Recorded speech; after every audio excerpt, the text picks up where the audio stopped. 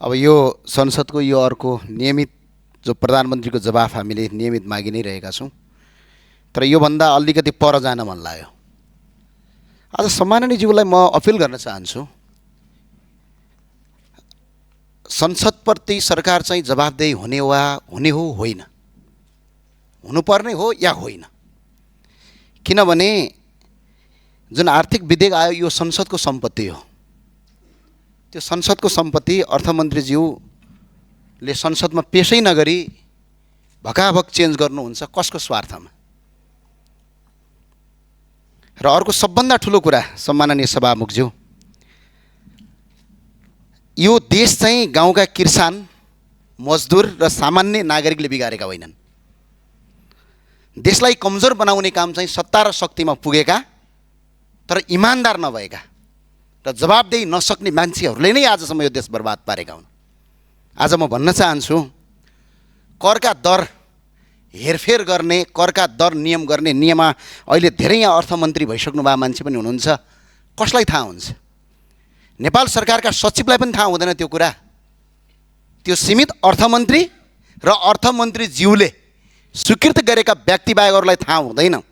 तर आज सूचना लिक भएर 753वटा गाडी केरला नाकाबाट भित्रिन्छ, 14 गते भन्सार पास गरिन्छ, 20 गते गाडी आउँछन्। अनि यो कन्फ्लिक्ट अफ इन्ट्रेस्ट नभएर यो चुहावट चाहिँ कसले गर्यो? अनि सरकारले छानबिन समिति बनाउँछ, बडा गजबको। आफै छानबिन समिति बनाउने अनि कर्मचारीलाई डाम्नेतिर जान्छ। हामीलाई थाहा छैन बजेट बन्दाखेरि बजेटका करका दरको हेरफेर गर्ने र दर कति हुन्छन् भन्ने कुरा नितान्त अर्थमन्त्री बाहेक कसैलाई थाहा हुँदैन। यदि त्यस्तो अपराध गरेको ठहरेमा राजद्रोहको मुद्दा चल्ने नेपालमा कानुनी व्यवस्था छ। सम्माननीय सभामुख महोदय, आज कसको आधारमा यो गरियो यसको जवाफ अर्थमन्त्रीले संसदमा दिनुपर्छ।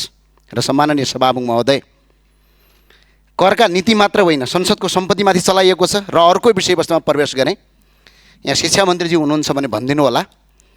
यो पहिला एउटा आउने गर्थ्यो, आदेशमाथि आदेश, प्रमादेशमाथि प्रमादेश। अहिलेको सरकारले पनि आदेश दियो, फी लिनु हुँदैन भर्ना फी भनेर। म आज यो देखाउन चाहन्छु। यो प्रत्येक विद्यालयको के गरेको छ यहाँ? नाम चेन्ज। कसैले के भनेका छन् यहाँ? कसैले तपाईँको सहयोग रसिद, कहिले वार्षिक सहयोग, नाम चेन्ज गरेर भक्काभक फी लगेर तपाईँको देशभरि बर्बाद पारिएको छ। त्यो भएको हुनाले यो कार्यान्वयन गरियोस्। र अर्को सरकारलाई म जाँदा जाँदै भन्न चाहन्छु, सत्तापक्षका माननीयज्यूलाई सभामुख मार्फत भन्न चाहन्छु, म अलिकति पुरानो हो तपाईँहरूभन्दा, 1 वर्ष 1 कार्यकाल। पहिला पनि यस्तै हुन्थ्यो। सरकारका मन्त्रीले गलत गर्थे, आफै छानबिन समिति बनाउँथे र आफैलाई आफै निर्दोष साबित गर्थे। अनि बिचरा संसदमा ताली पट्काउँथे। जनता वाक्क भएर भदौ 23-24 भयो। तपाईँहरूलाई ध्यानमा राख्नुहोस्, देशका बहालवाला मन्त्री र देशको अर्थमन्त्रीमाथि छानबिन अर्थ मन्त्रालय होइन संसदीय छानबिन समिति चाहिन्छ। त्यसबाट छानबिन गर्नुपर्छ हामी। किनभने यो सामान्य कुरा होइन। यो आज देशका करका दरहरू हेरफेर गर्ने सूचना लिक गरेर आज कसरी आयो त्यो सूचना? त्यो सामान्य कुरा हो। अनि भन्सारको एउटा कर्मचारीलाई थाहा हुने कुरा हो त्यो? कसलाई थाहा हुन्छ? जम्मा 3 जना मान्छेलाई थाहा हुन्छ यो देशमा तपाईँको अर्थमन्त्री करका दरमा। एउटा अर्थमन्त्री, यदि चाह्यो भने अर्थ सचिव, यदि चाहेपछि राजस्व सचिव।